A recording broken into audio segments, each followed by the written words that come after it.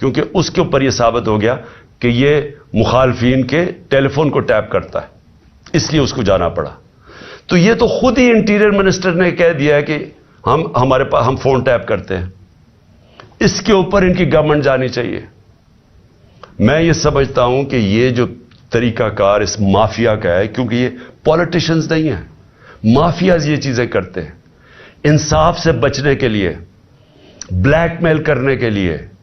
میرے اوپر بھی کہا جی میری ٹیپیں میں نے رکھی ہوئی ہیں، میں ایز پرائم منسٹر میں نے عدالت میں بتایا ہوا ہے کہ میری پرائم منسٹر کی سیکیور لائن سے میری وہ مجھے انہوں نے ٹیپس بنائی ہوئی تھی، اور میری سیکیور لائن کے اوپر میرے پرنسپل سیکرٹری سے بات چیت انہوں نے ایجنسیز نے پبلک کر دی۔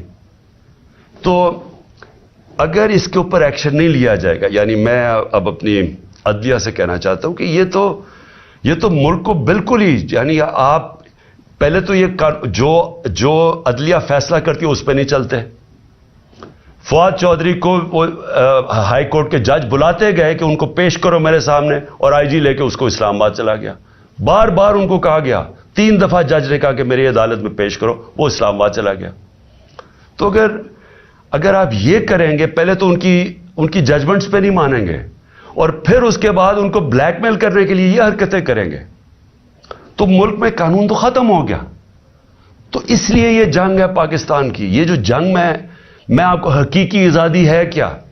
حقیقی آزادی ان قوموں کو ملتی ہے جس ملک میں قانون کی حکمرانی ہوتی ہے، رول آف لا ہوتا ہے، جو لوگوں کے فنڈامنٹل رائٹس پروٹیکٹ ہوتے ہیں، جدھر انویسٹر سرمایہ کار ان کو اعتماد ہوتا ہے ایک سسٹم کے اوپر، وہ قومیں خوشحال ہوتی ہیں۔ تو جس قوم میں ججز کی ججمنٹ ہی نہیں ہو رہی، مجھے بتائیں کون سا انویسٹر آئے گا پاکستان میں؟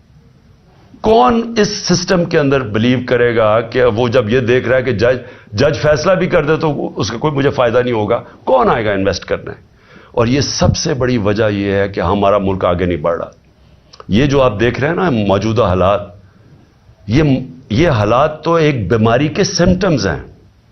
یہ جب ایک پھوڑا نکلتا ہے تو کینسر کی وجہ سے نکلتا ہے، اندر سے تو کینسر ہو۔ یہ کینسر یہ ہے کہ یہاں قانون نہیں ہے یا انصاف نہیں ہے۔ اس کی کینسر کی وجہ سے قبضہ گروپ بھی پھر رہے ہیں پاکستان میں، کمزوروں کی زمینوں پہ قبضہ کرتے ہیں۔ اس کینسر کی وجہ سے طاقتور ڈاکو NRO لے لیتے ہیں، اربوں روپے کی اپنی کرپشن معاف کر دیتے ہیں، کمزور صرف جیلوں میں جاتا ہے کیونکہ انصاف نہیں ہے۔ یہ جنگ ساری حقیقی آزادی کی انصاف کے لیے۔ یہ جو 26 سال پہلے میں نے اپنی زندگی میں سفر شروع کیا تھا انصاف کی تحریک، یہ صرف اور صرف یہ مسئلہ ہے پاکستان کا۔ اس لیے آج ہم سب کو قانون کی حکمرانی کے ساتھ کھڑا ہونا چاہیے۔ یہ جو کر رہے ہیں، یہ جو مافیا اوپر بیٹھا ہوا ہے اور ان کو بٹھایا گیا، اس مافیا کے سامنے ہمیں کھڑا ہونا پڑے گا۔ میں اناؤنس کر رہا ہوں انشاءاللہ بدھ سے وینسڈے کو اپنی جیل بھرو تحریک۔ میں اپنی ساری پارٹی کو آج کہہ رہا ہوں کہ تیاری کریں۔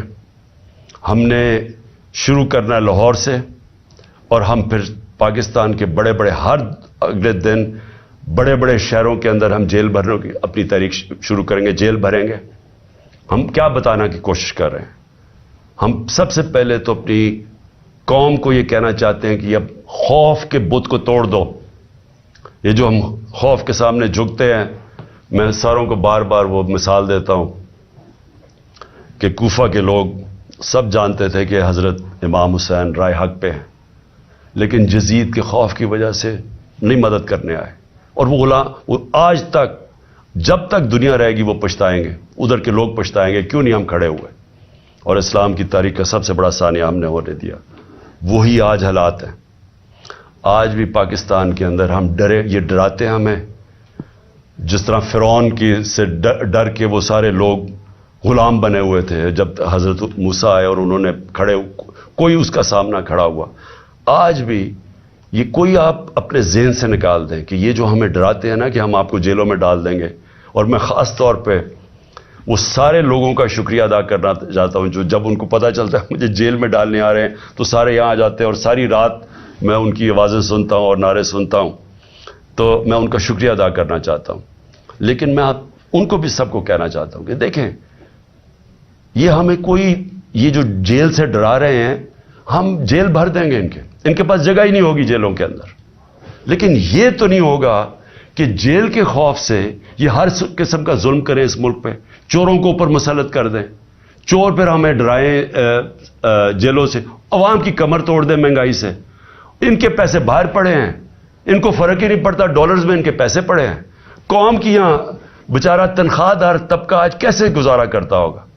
یہ اس سے پہلے یہ جو ابھی انہوں نے مہنگائی کی, اب یہ جو منی بجٹ دیا ہے, اس سے پہلے اگر آپ کی پچھلے 1 سال پہلے آپ کے بینک میں, بلکہ اپریل میں 10 مہینے پہلے آپ کے بینک کے اندر آپ کی تنخواہ تھی, بینک نے آپ کی تنخواہ ماہانہ 30,000 تھی, آج صرف وہ 20,000 رہ گئی ہے. یعنی آج صرف وہ 20,000 کی چیزیں خرید سکتے ہیں. اور اب ایک اور مزید طوفان آ رہا ہے مہنگائی کا. جو آج مہنگائی ہے, آج کی شرح میرے خیال میں 30-32 تھی, آج اس سے بھی اوپر چلی گئی ہے, 38-39 پہ چلی گئی ہے. اس کا مطلب یہ مزید مہنگائی ابھی اور بڑھے گی. تو ان کو تو فرق ہی نہیں پڑتا کیونکہ ان کے پیسے باہر پڑے ہیں. اور ڈالرز کا مطلب کہ ان کے پیسے پاکستان کے مقابلے میں اس میں اضافہ ہو رہا ہے دولت میں, کیونکہ ہمارا جس طرح روپے کی قیمت گرتی رہی اور مہنگائی بڑھتی جا رہی ہے تو روپیہ کم چیزیں خریدتا ہے, لیکن کیونکہ ڈالرز میں ہے وہ ڈالر زیادہ چیزیں خریدتا ہے. تو ان کو کوئی نقصان نہیں ہو رہا. یہ جو ملک میں اس وقت عذاب آیا ہوا ہے مہنگائی کا.